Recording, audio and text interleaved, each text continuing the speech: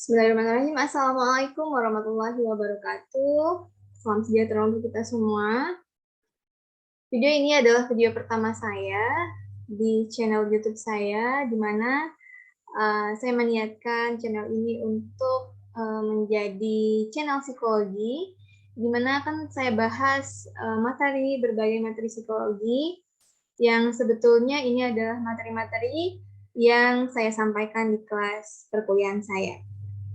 Saya Eliza Sutri Utami, hari ini akan membahas materi pertama dari perkuliahan mata kuliah psikologi positif, yaitu pengantar mata kuliah psikologi positif. Oke. Ada beberapa hal yang akan saya bahas. Poin-poinnya ada 6 poin. Yang pertama itu adalah definisi dari psikologi positif itu apa sih? Kemudian bagaimana sih sejarah munculnya dari psikologi positif? Kemudian dimensi dari psikologi positif, kemudian mengapa diperlukan psikologi positif, kemudian tema-tema dalam psikologi positif, dan bagaimana sih psikologi positif itu di dalam praktik kehidupan sehari-hari.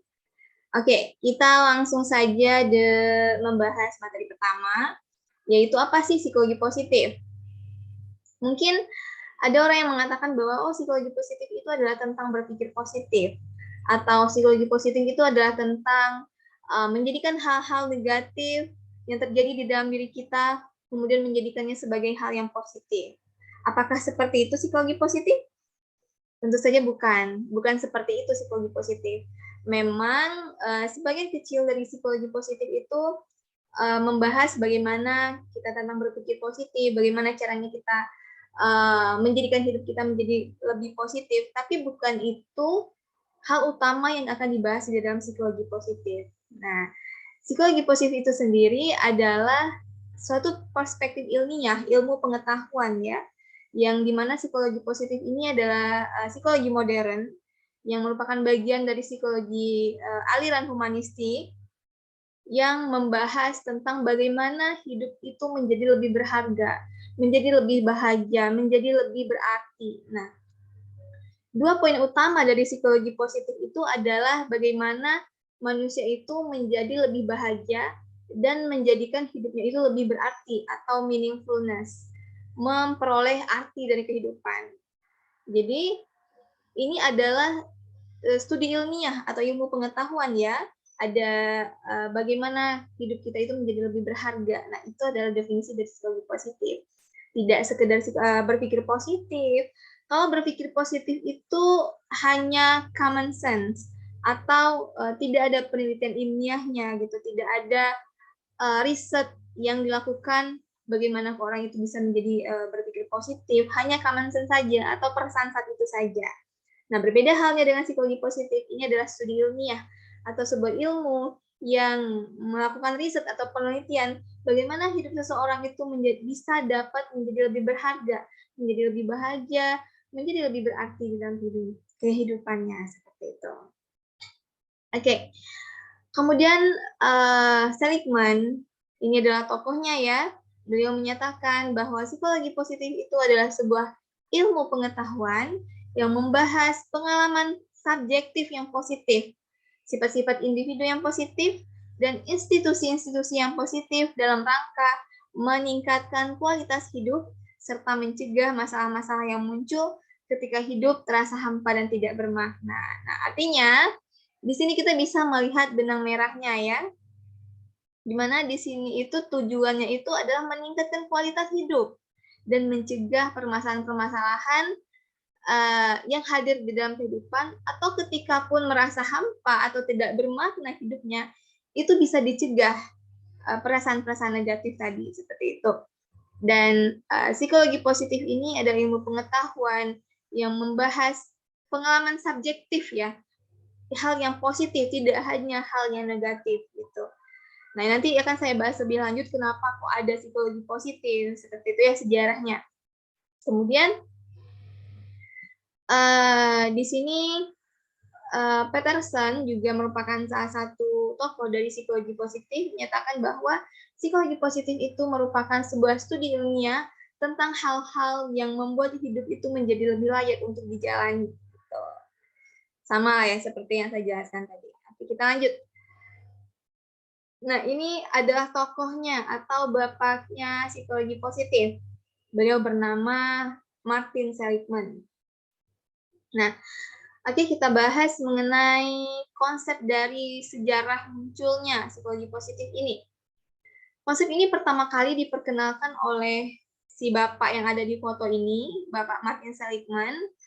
Beliau ini adalah seorang profesor psikologi di Universitas Pennsylvania dan pernah menjabat sebagai presidennya APA ya, atau American Psychological Association, di mana APA ini adalah kiblatnya psikologi ya.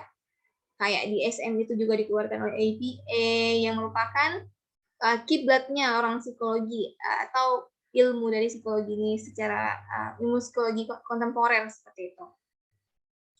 Nah, pada tahun 1998 beliau mencetuskan psikologi positif.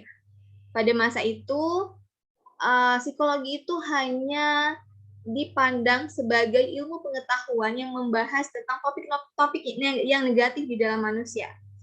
Contohnya saat ini masih masyarakat mungkin masih memiliki pemahaman yang seperti ini. Orang-orang yang belum mengetahui psikologi secara utuh atau yang sebenarnya psikologi itu seperti apa, mereka akan merasa bahwa orang psikologi itu adalah mereka yang membantu untuk mengatasi atau menyembuhkan penyakit-penyakit psikologis seperti stres, depresi, kemudian kecemasan, nggak bisa tidur dan segala macam. Mungkin teman-teman merasakan sendiri nih bagi teman-teman yang saat ini sedang kuliah di jurusan psikologi ya, terutama mahasiswa saya. Mungkin ada yang pernah bertemu dengan orang yang ketika tahu, oh mahasiswa psikologi ya gitu, tolong dong baca pikiran saya gitu, tolong dong saya pengen curhat nih, gitu. Saya lagi punya permasalahan gitu, tolong dong bantu saya lagi stres.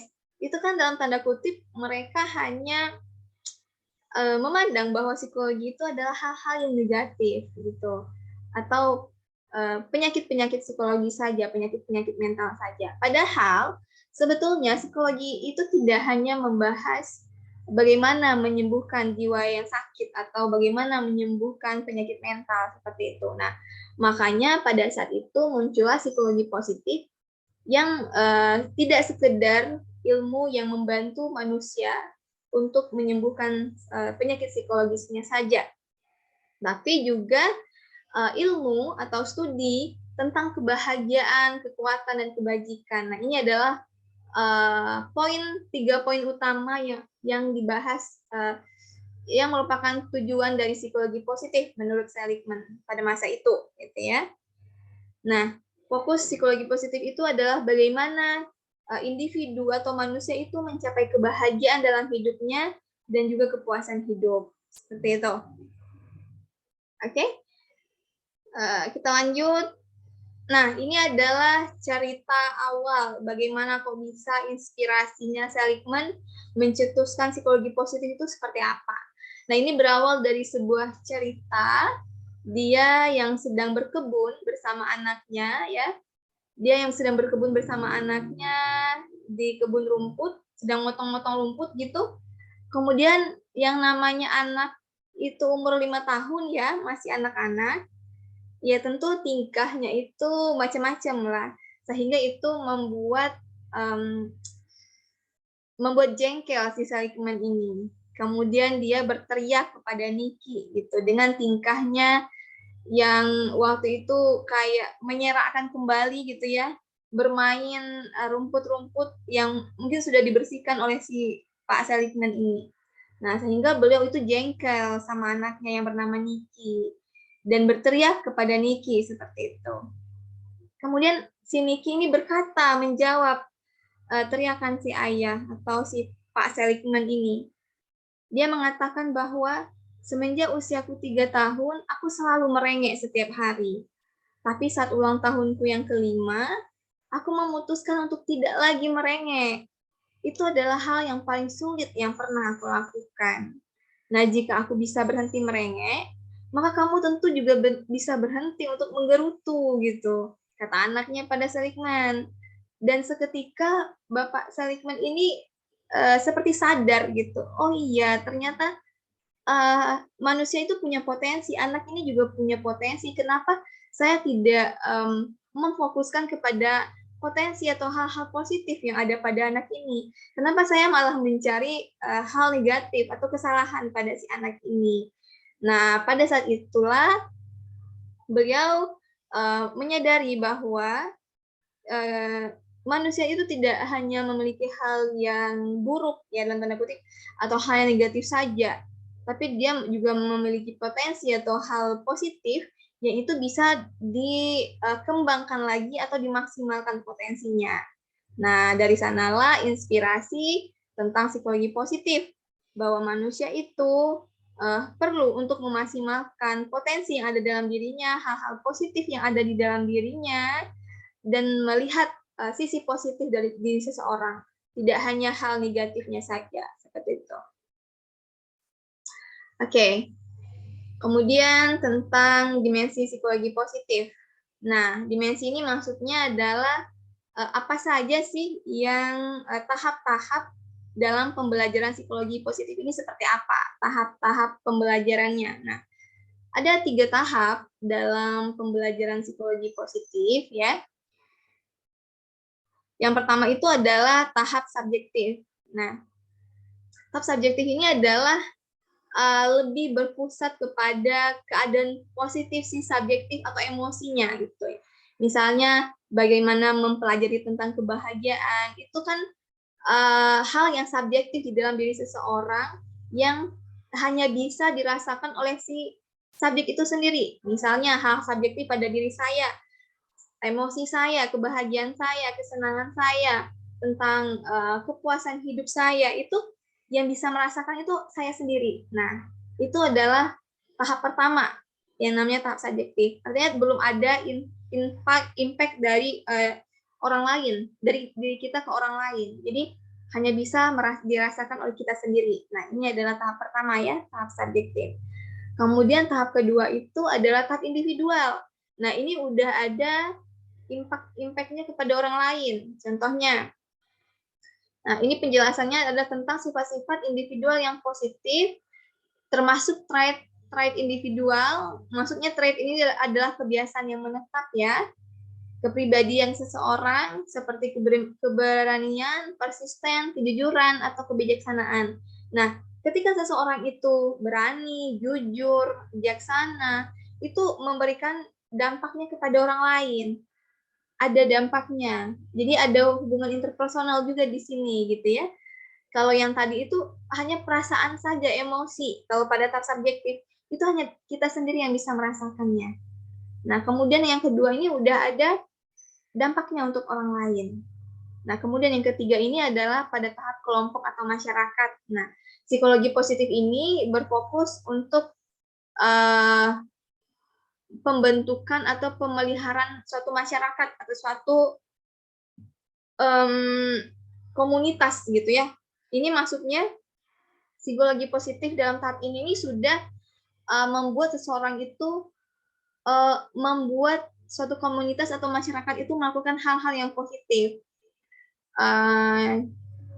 Ada programnya gitu ya, ada dampaknya lebih luas, tidak hanya sekedar kalau yang subjektif kan untuk diri sendiri tadi. Kemudian yang individual itu kita melakukan kepribadian kita itu berdampak kepada orang lain gitu. Misalnya kita jujur, kita bijak. Nah, itu tuh membuat orang lain menjadi lebih positif karena hal yang positif di dalam diri kita. Nah, kalau yang ketiga ini dampaknya itu lebih luas lagi kepada masyarakat gitu. Nah, jadi 3 hal ini adalah tahap-tahapan bagaimana psikologi positif itu dipelajari gitu ya, atau dapat dipraktekkan seperti itu. Nah, kemudian yang selanjutnya, yang ketiga, ini adalah materi tentang mengapa sih psikologi positif diperlukan. Kenapa sih kok Seligman itu memunculkan adanya psikologi positif gitu ya. Nah, ada beberapa alasan. Yang pertama itu adalah untuk melakukan katalisasi suatu perubahan dalam psikologi. Nah, maksudnya dulu itu kan psikologi hanya dipandang sebagai ilmu yang membahas tentang hal-hal negatif atau gejala-gejala mental yang negatif di dalam diri seseorang.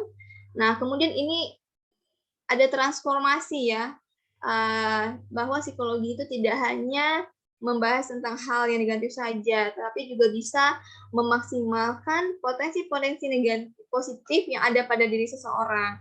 Jadi psikologi itu tidak hanya untuk membuat apa ya istilahnya, tidak hanya untuk orang yang sakit mental saja, tetapi kalau psikologi positif ini memandang psikologi itu juga berguna kok, bisa kok untuk orang yang tidak punya masalah secara mental, malah bisa membuat mereka menjadi lebih sehat secara mental. Udah sehat, jadi bisa lebih sehat lagi. Jadi nggak cuma mereka yang punya permasalahan mental saja, permasalahan psikologi saja, seperti itu. Nah, itu maksudnya melakukan katalisasi suatu perubahan dalam psikologi. Kemudian yang kedua, berbagai aspek positif yang tidak tergali atau tidak terperhatikan dalam diri seseorang harus mulai dikembangkan. Nah, jadi terkadang kita hanya mengenali hal-hal negatif di dalam diri kita. Kita tidak kurang mampu melihat hal positif di dalam diri seseorang. Nah, jadi psikologi positif ini membantu kita untuk bisa menggali gitu ya, harus membantu kita untuk bisa menggali potensi-potensi yang ada di dalam diri seseorang sehingga itu bisa dimaksimalkan. Nah, jadi itu adalah fungsi dari psikologi positif. Kemudian yang terakhir itu adalah menciptakan alat atau teknik untuk meningkatkan kesejahteraan dan kesehatan psikologis. Nah, jadi nanti ada materi tentang resilience, misal tentang happiness, kemudian tentang harapan, optimisme. Jadi ini adalah bentuk dari alat yang nanti akan dikembangkan menjadi sebuah pengukuran, kemudian itu menjadi dasar atau indikator bagaimana sih orang itu bisa harus meningkatkan kesejahteraan psikologisnya. Jadi ada alat yang ilmiah ya atau teknik untuk dapat meningkatkan kesejahteraan hidup itu sendiri. Karena memang tujuan dari psikologi positif itu adalah untuk membuat orang menjadi lebih bahagia, lebih sejahtera secara psikologis, dan juga memiliki meaningfulness atau arti dalam hidupnya, seperti itu. Oke, kemudian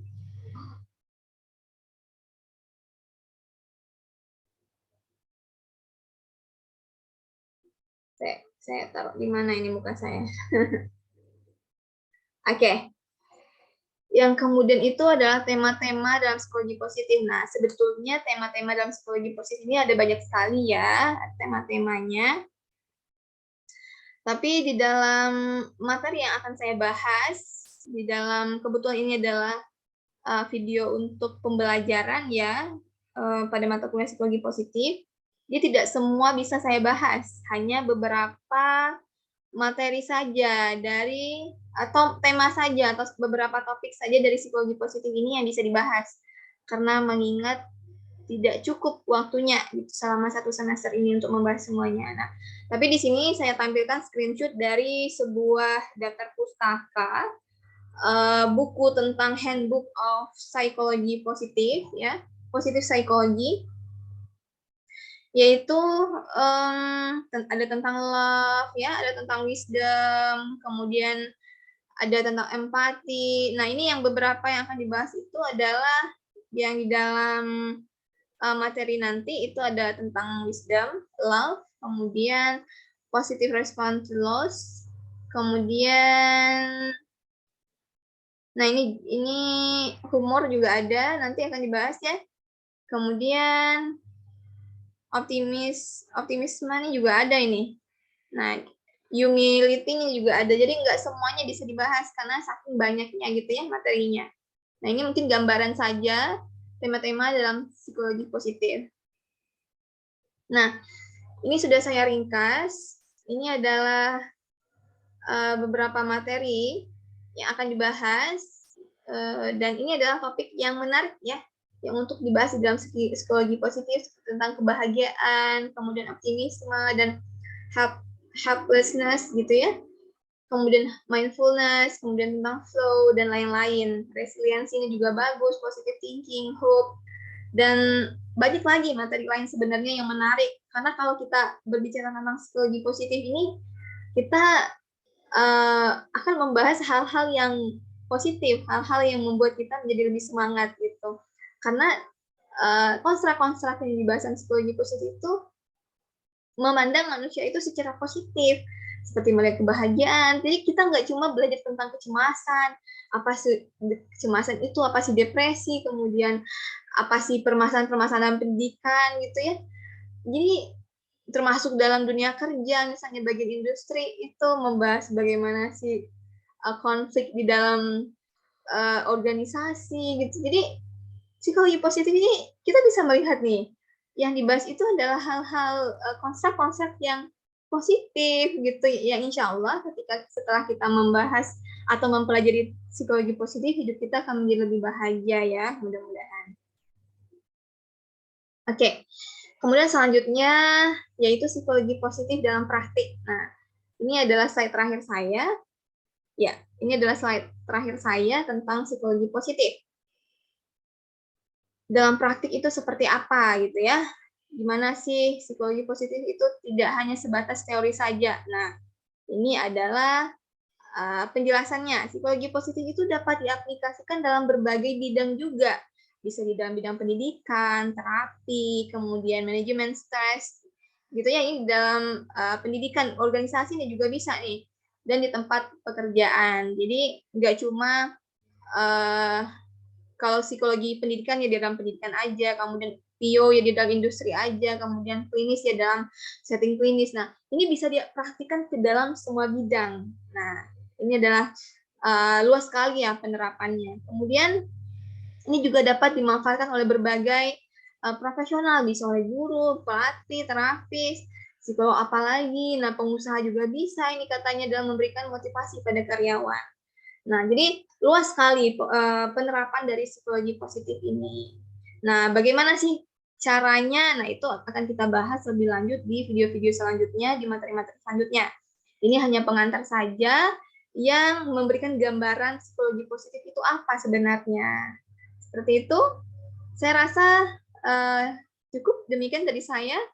Jika ada pertanyaan yang ingin ditanyakan atau masih penasaran dengan psikologi positif, silakan untuk memberikan komentar melalui link ini, melalui channel ini, dan mohon bantuannya untuk subscribe dan ikuti terus video kami. Semoga apa yang kami berikan ini dapat memberikan manfaat, walaupun mungkin manfaatnya sedikit yang dirasa, tapi kami akan berusaha untuk selalu memberikan manfaat. Terima kasih. Assalamualaikum warahmatullahi wabarakatuh.